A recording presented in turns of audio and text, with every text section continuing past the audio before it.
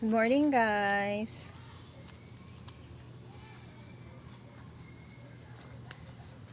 May tao ba dyan? I'm just checking on my Sansevieria plants dito sa rooftop ko.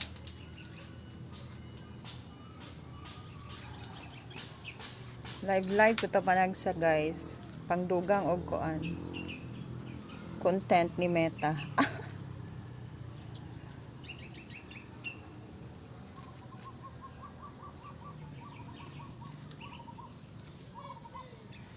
Mo ni akong mga Sansevieria diri sa taas. Gamay lang sila. Natiman kaayo. Bahala gagmay basta inatiman ba.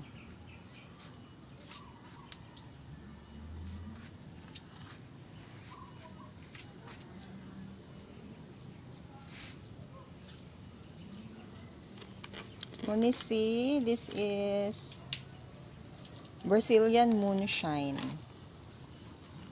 So, naa siya'y murag line sa iyang leaf.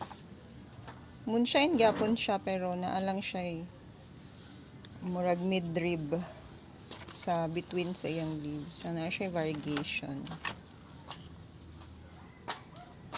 Ano siya, mga babies ni Brazilian. Kini si silver honey. Honey eye. Sansevieria silver honey eye. Silver lang siya, pero lahi siya sa moonshine. Moonshine is mas white compare sa silver honey eye. So, nara si moonshine. Ini si moonshine, mas puti siya.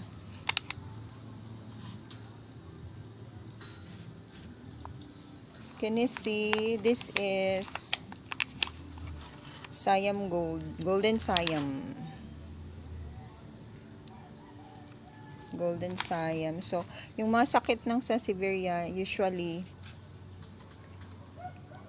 may mga may mga ano siya, parang mga kuto-kuto sa underleaf niya, sa leaf niya. So, kailangan may maintenance din sa Sansevieria. Kasi pag hindi, yan, mauubo siya ng powder mildew, yata tawag nila nito. Parang may apid. So, this is superba. Sansevieria superba na mother ko. Ayan, si Superba din. Si Superba din. Ang dami ng babies. So, meron pa pala dito sa baba si Black Gold. Maganda din si Black Gold. Ayan, ang dami na niyang babies.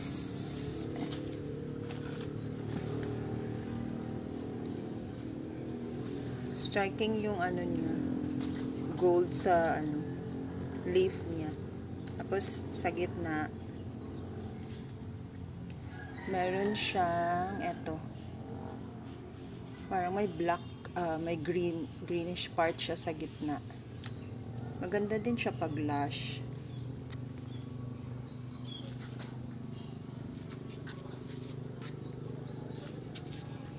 Ito naman si streaker, yung napaka-dwarf. Ang bagal niyang lumaki. Ang bagal niyang lumaki, pero maganda din siya kasi super dwarf. Hindi siya masyadong tumataas. Yan. So, parang yan, may streak siya dyan. Yan yung variegation niya. Ito, maliit. Maliit pa siya, pero may babies. Yan. Tapos, nag-swirl yung ano niya, leaves niya. Ito naman si Futura Splash. Hindi.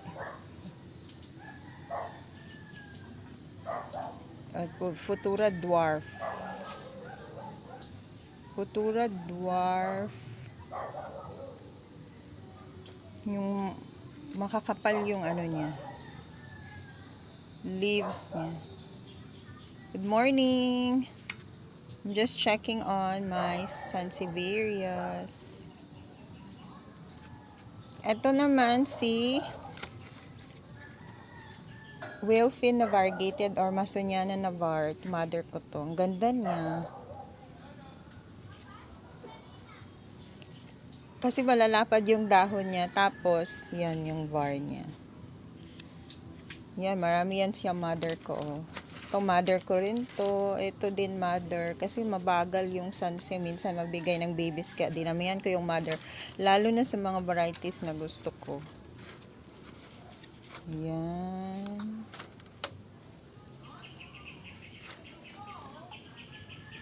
Ito si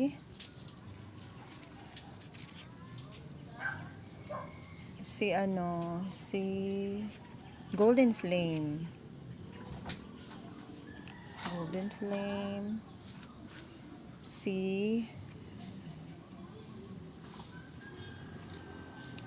Sino ba to eh? Black Star. Marami ng babies. Flexing lang ako ng mga sansi ko guys. Check ko lang sila kung may problema ba sila. Nakalagay sila dito sa rooftop ko. Yan, si Frost. May dalawang babies. Medyo sensitive to. O yan, nag-yellow na siya.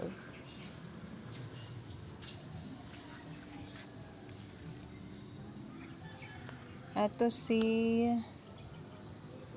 Coppertone. Ang kapal ng ano nito. Ng leaves nito. Tapos ang tagal magbigay ng babies. Ito naman yung ordinary lang na Whalefin. Yung green lang siya.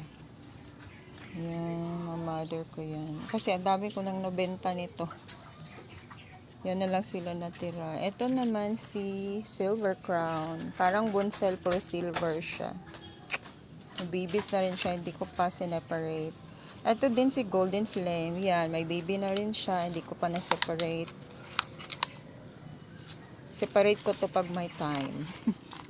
Ang ganda ng Golden Flame kasi yung pagka-gold niya is lalo pag nagsisikatan ng araw, yan, lumilitaw. Ito naman si Whitney. Si Whitney is isa sa mga rare. Mahal din to nung binili ko pero yan, nagka-baby na siya, malaki pa yung parang kailangan na i-separate ng baby niya.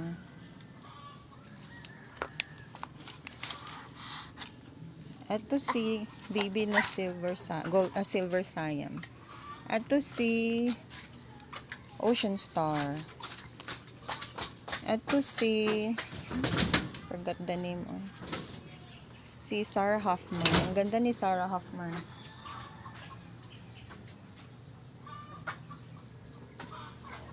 Napaka-white ng baby niya. Separate ko to pag malaki-laki na. Tapos yun, may baby pa siya. Ito naman si Superba na baby.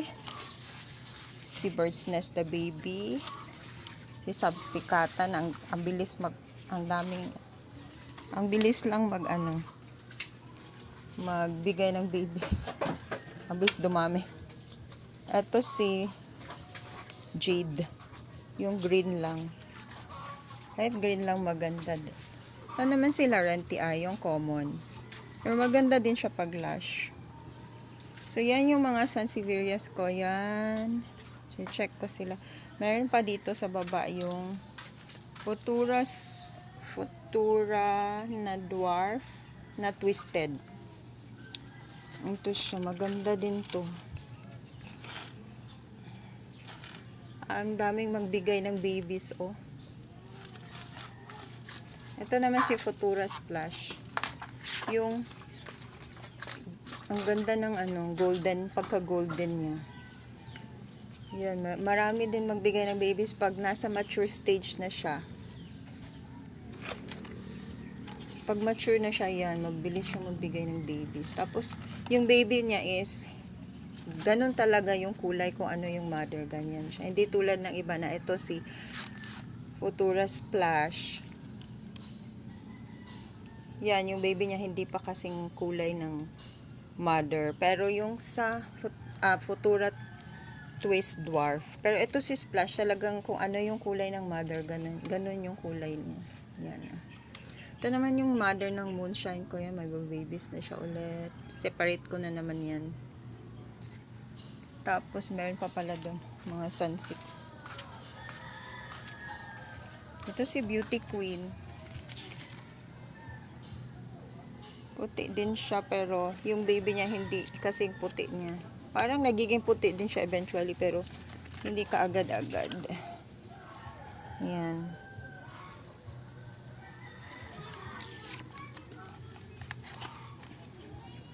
Ito si Bantel. Bantel. Marami na rin akong Bantel. Maganda din to kasi yung straight lang talaga siya. Yan, may dry sa ano. Gugupitan ko yan mamaya.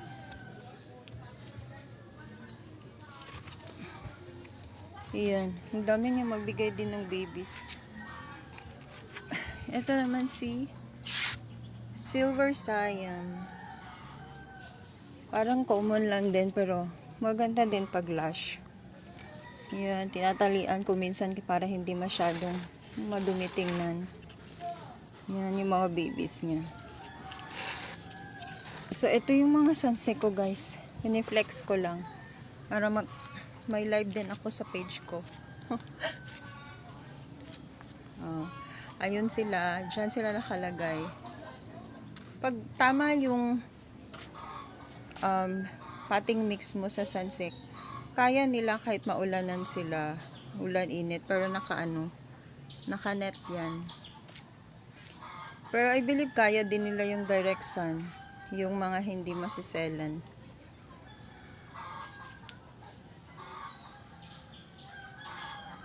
So sa sunset naman, yung care tips sa kanila, plant care, kailangan lang talaga ng yung tama yung potting mix niya. Yung potting mix na ginagamit ko dito, more on rice hull tapos sand. Kung may pumice kayo, pwede, pero mahal kasi yung pumice.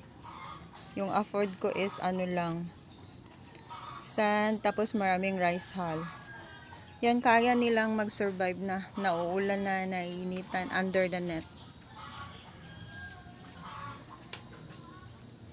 Tapos, yung sa pest control, kasi marami silang powder mildew, yung parang mga kuto. Kailangan talaga may pesticide, tsaka fungicide ka rin. Pero ako, ginagamit ko organic lang. So, dishwashing lang, tapos suka. Yun lang ini-spray ko sa kanila every week para hindi dumami yung mga parang kuto na dumidikit sa mga leaves nila. Yan, dito yan sila nakalagay. So, yan lang po. Share ko lang. Or may live naman ako sa page ko. Salamat sa lahat ng mga nagpo-follow sa page. Sa mga bumibili. Thank you sa mga customers. Sa mga likers lang at saka sharers. Maraming salamat sa inyong lahat. Salamat sa support, guys.